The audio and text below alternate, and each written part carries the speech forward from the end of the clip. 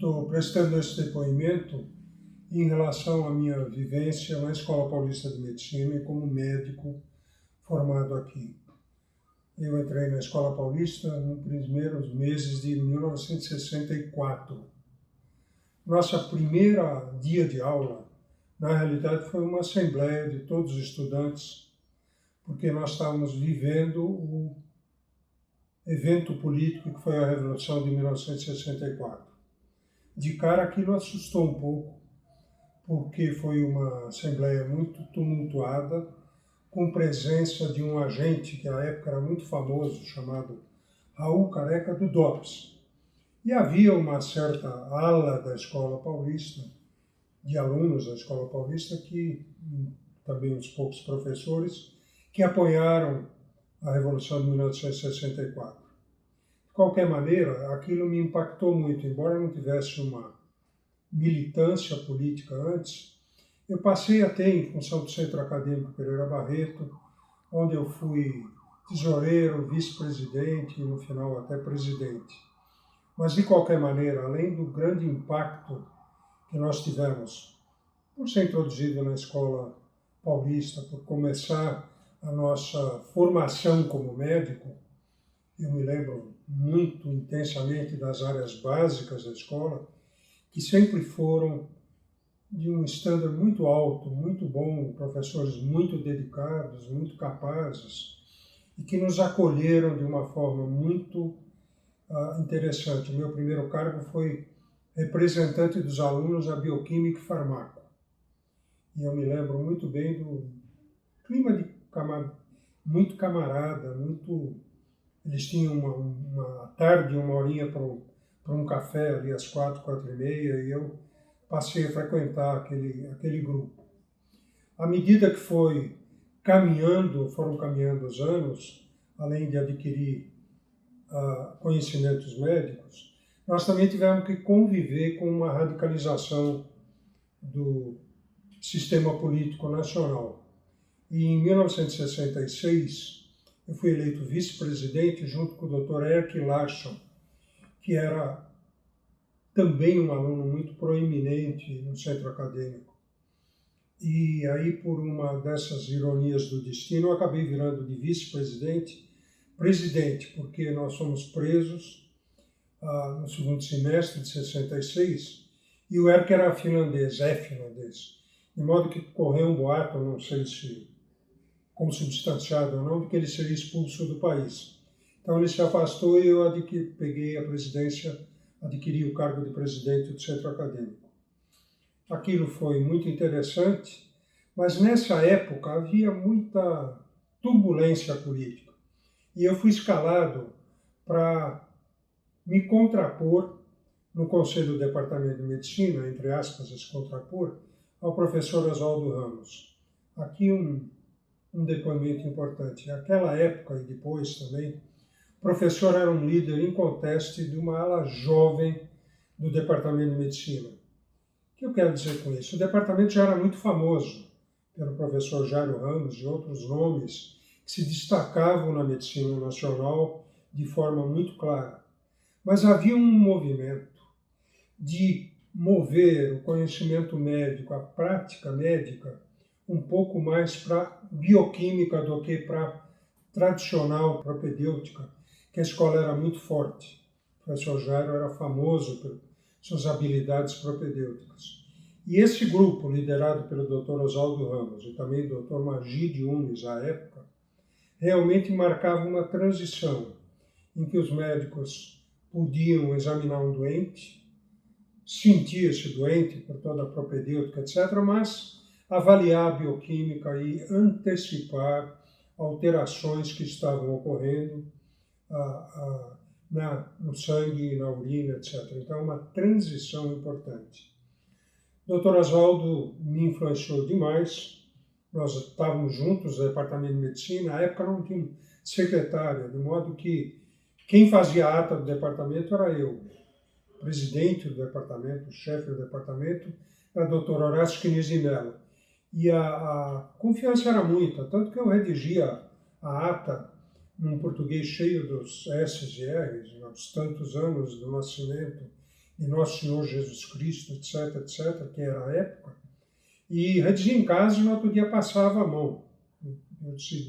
Tempo atrás eu andei lendo essas atas. Havia muita interação e uma proximidade muito grande com os professores. Um dia o doutor Oswaldo falou, eu sei que você está muito bem na política, por que você não vem aqui para a nefrologia? Na época, não se chamava nefrologia, chamava secção de metabolismo e nutrição. Era um pequeno laboratório que já fazia determinações por exemplo, como sódio e potássio, bicarbonato total, enfim, um beabá dessa medicina que se tornou tão bioquímica e tão desenvolvida laboratorialmente.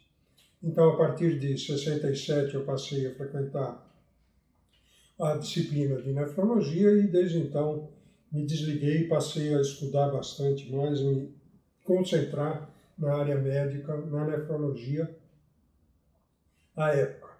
Tive um finzinho de vida meio conturbado, porque quando eu iniciei a residência, fui preso novamente e, junto com outras pessoas aqui da escola também, e não da escola, de modo que o primeiro mês de residência foi meio conturbado.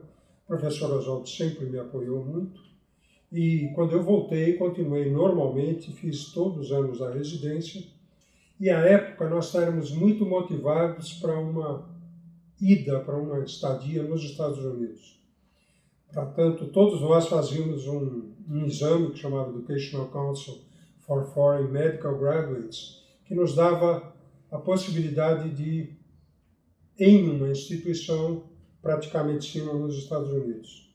Eu fui, fiquei lá 4 anos, voltei em 1977 e aí entrei no grupo de docentes da Escola Paulista. Foram anos muito interessantes, porque foi o início dos cursos de pós-graduação. O professor Oswaldo era muito proeminente, não só como médico, mas como educador médico naquela época. De modo que logo a nefrologia da Escola Paulista teve um curso de pós-graduação, onde nós tivemos uma importante atuação no seu início e um grupo muito destacado de alunos da pós-graduação. Entre eles eu ressalto o professor, que é hoje professor adjunto da escola, Dr. Oswaldo Coma, saudoso Odair Marçom, o Fernando Almeida, que é hoje professor de Sorocaba, a doutora Cibele Saad, que também é professora titular, como Dr. Fernando em Sorocaba, o professor Rogério Molinari, que é professor titular da Universidade do Paraná, entre outros, mais e mais, muitos foram formados nesse grupo. Esse grupo deu à nossa área, que foi a área de hipertensão na nefrologia, uma proeminência nacional. Nós éramos todos muito conhecidos, editamos alguns livros, assim como uma internacional. Eu fui presidente, mercê de todo esse grupo e da minha origem, do Congresso Internacional de Hipertensão, que se realizou em São Paulo, o único na América Latina até então, em 2004.